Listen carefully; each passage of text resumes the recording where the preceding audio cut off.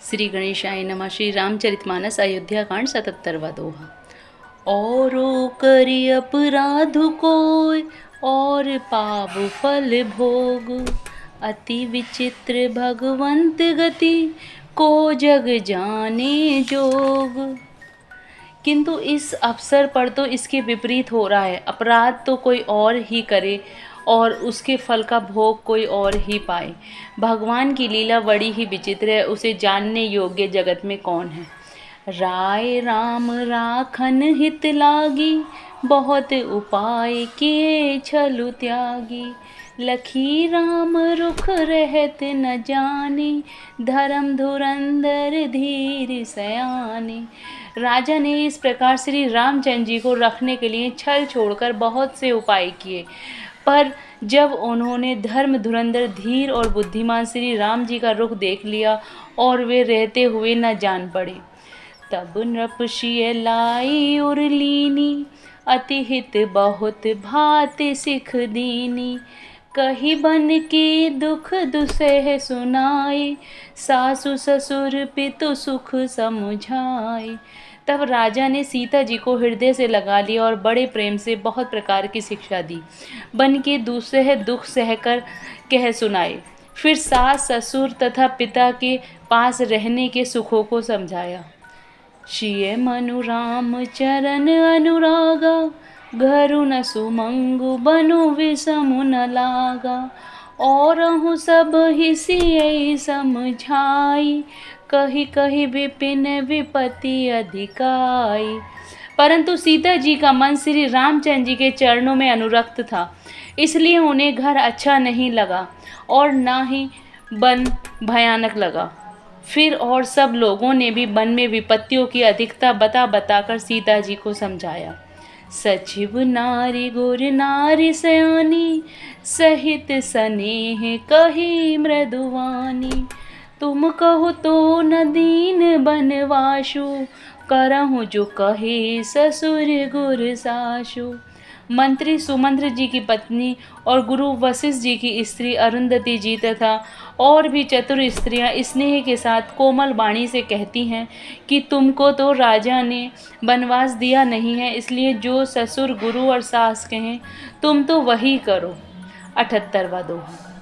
सिख शीतल लीहित मधुर, मृदु सुनि सीत ही न सुहानी। शरद चंद चंदनी लगत, जनु चकही अकुलानी। यह शीतल हितकारी मधुर और कोमल सीख सुनने पर सीता जी को अच्छी नहीं लगी। वे इस प्रकार व्याकुल हो गई मानो शरद ऋतु के चंद्रमा की चांदनी लगते ही चकई व्याकुल हो उठी। सिय सकुच बस उतरु न दे, सो सुनितम की उठी के कई। मुनिपट भूषण भाजन आनी, आगे धरी बोली मृदुवानी। सीता जी संकोच बस उत्तर नहीं देती। इन बातों को सुनकर केकई तमक कर उठी। उसने मुनियों के वस्त्र आभूषण माला मेखला आदि और बर्तन कमंडल आदि लाकर श्री रामचंद्र जी के आगे रख दिए और कोमल वाणी से कहा। नृप ही प्राण प्रिय तुम रघुवीरा, सील स्नेह न छाड़हि भीरा।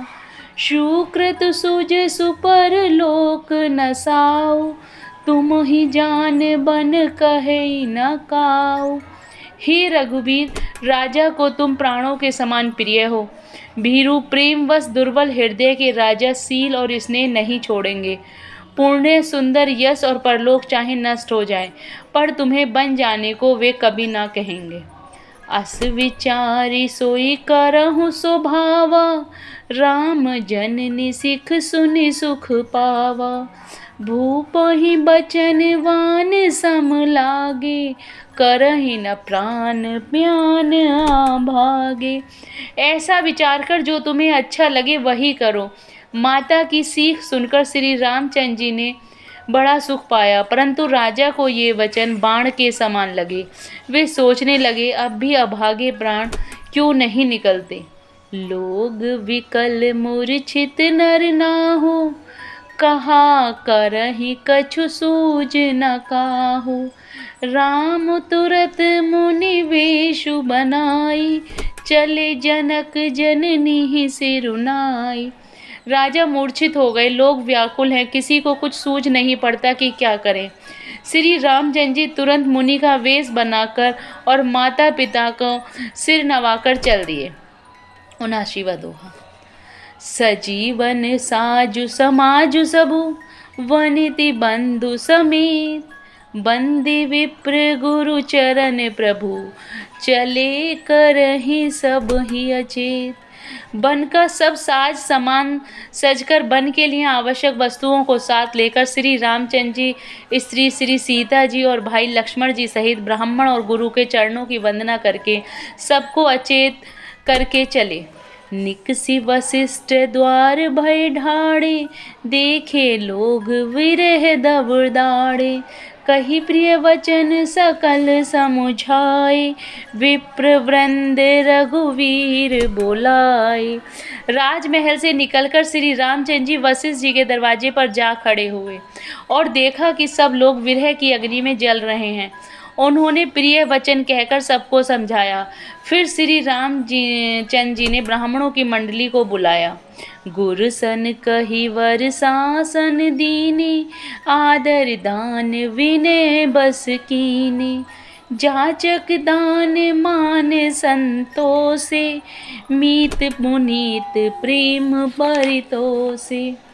गुरुजी से कहकर उन सबको वर्षासन वर्ष भर का भोजन दिए और आदर दान और विनय से उन्हें वश में कर लिया।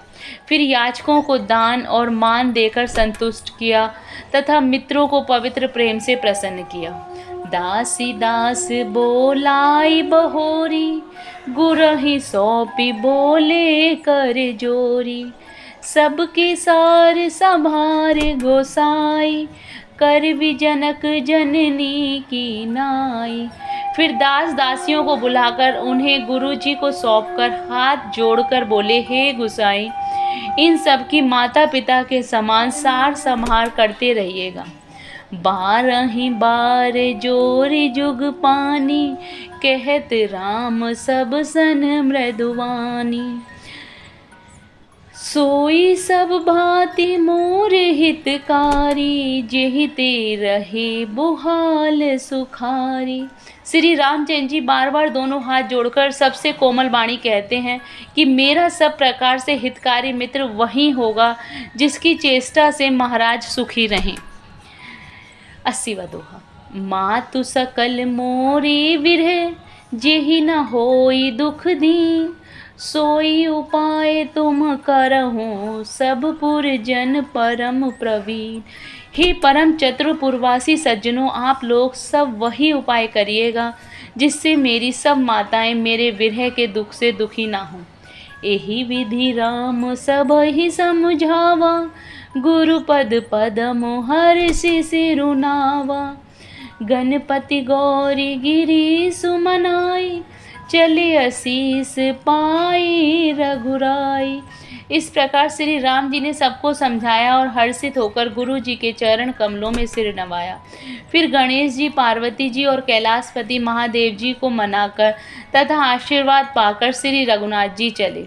राम चलत अति भयो बिसादु, सुनी न जाए पुर आरत नादु, कुसगुन लंक अवध अति शोकु, हर्ष विषाद विवश सुरलोकु। श्री राम जी के चलते ही बड़ा भारी विषाद हो गया। नगर का आर्तनाद हाहाकार सुना नहीं जाता। लंका में बुरे शकुन होने लगे। अयोध्या में अत्यंत शोक छा गया। देवलोक में सब हर्ष और विषाद दोनों के वश में हो गए। हर्ष इस बात का था कि अब राक्षसों का नाश होगा और विषाद अयोध्या वासियों के शोक के कारण था। गई मूर्छा तब भूपति जागे, बोले सुमंत्र कहन अस लागे, राम चले बन प्राण न जाहि, केहि सुख लागी रहत तन माही। मूर्छा दूर हुई तब राजा जागे और सुमंत्र को बुलाकर ऐसा कहने लगे, श्री राम वन को चले गए पर मेरे प्राण नहीं जा रहे। न जाने ये किस सुख के लिए शरीर में टिक रहे हैं। एहिते कवन व्यथा बलवाना, जो दुख पाई तजहि तनु प्राणा। पुनि धरि धीर कहे नर नाहु, ले रथु संग सखा तुम जाहु। इससे अधिक बलवती और कौन सी व्यथा होगी जिस दुख को पाकर प्राण शरीर को छोड़ेंगे। फिर धीरज धरकर राजा ने कहा, हे